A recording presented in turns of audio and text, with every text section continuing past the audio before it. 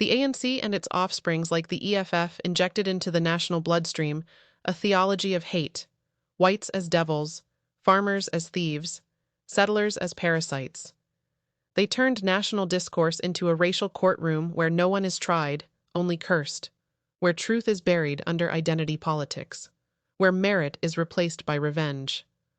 But we say enough, we cannot fix South Africa by mutilating its history or scapegoating its contributors.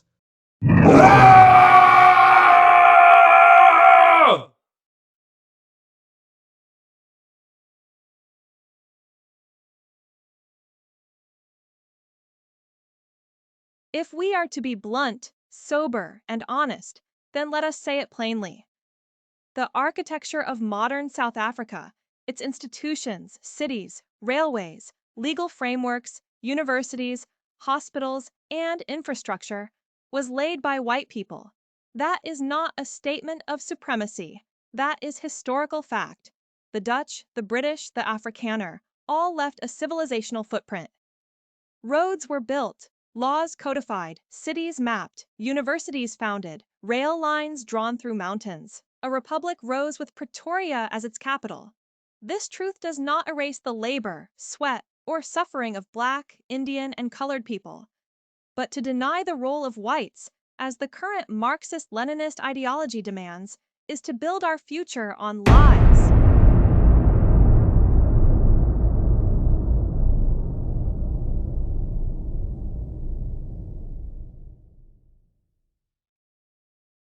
South Africa is not just African, it is universal. While the rest of Africa was shaped by tribes, monarchs, and colonial retreat, South Africa was shaped by collision of soil, spirit, and civilizations. It is not merely African, it is something deeper, something more eternal, something universal.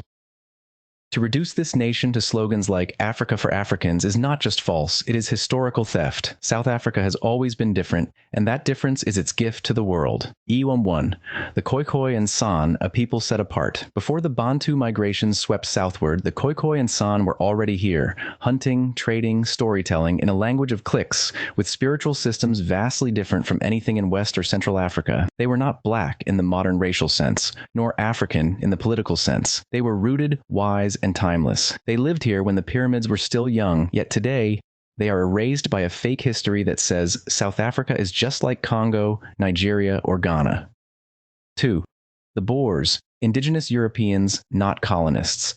The Afrikaners, descended from Dutch, French, and German settlers, did not come to plunder and sail away. They came as exiles. They walked inland with ox wagons, lost children to malaria and bullets, and founded 2 sovereign republics. They fought the most powerful empire in history twice and were crushed, but they stayed. No British departure, no handover, no retreat. They became of the land, not lords over it. 3. A soil that absorbed the world, South Africa absorbed, the Indian trader who stayed and built empires in Durban, the colored community, a people born of blend and bruising, the Jewish refugee, the Portuguese fisherman, the Chinese herbalist, and yes, the Zulu, Xhosa, Sotho, Swana, who brought strength, order, and rhythm. This soil did not reject, it composed, and what emerged was not African in a narrow sense. It was South African, a category all its own. 4. Africa's child, but God's mosaic. The tragedy of the ANC and its ideological offshoots is this. They cocooned South Africa in cheap slogans. They said, Africa for Africans, as if whites, Indians, or coloreds are not human beings with roots, blood, and graves in this land. They turned a universal land into a tribal war zone. They hijacked the pain of apartheid to impose a new apartheid of thought. 5. It's time to tell the truth. South Africa was never a typical colony. It was a civilizational project for better or worse. It is a place where Greek ideas, African spirit, Hebrew law, and European institutions converged. This is why South Africa sings opera in Zulu, why it produces Nobel laureates from Soweto, why it bakes Indian samosas next to Afrikaner Wetkoek. It is not Africa's shame, it is Africa's mirror and the world's promise. Conclusion: be more than African.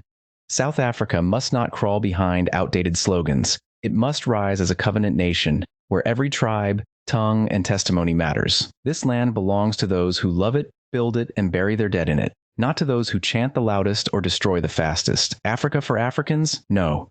South Africa for South Africans. Black, white, brown, and beautiful. A universal nation with a divine destiny. South Africa was never for one group. It's a universal land born in collision, crossroad, and convergence.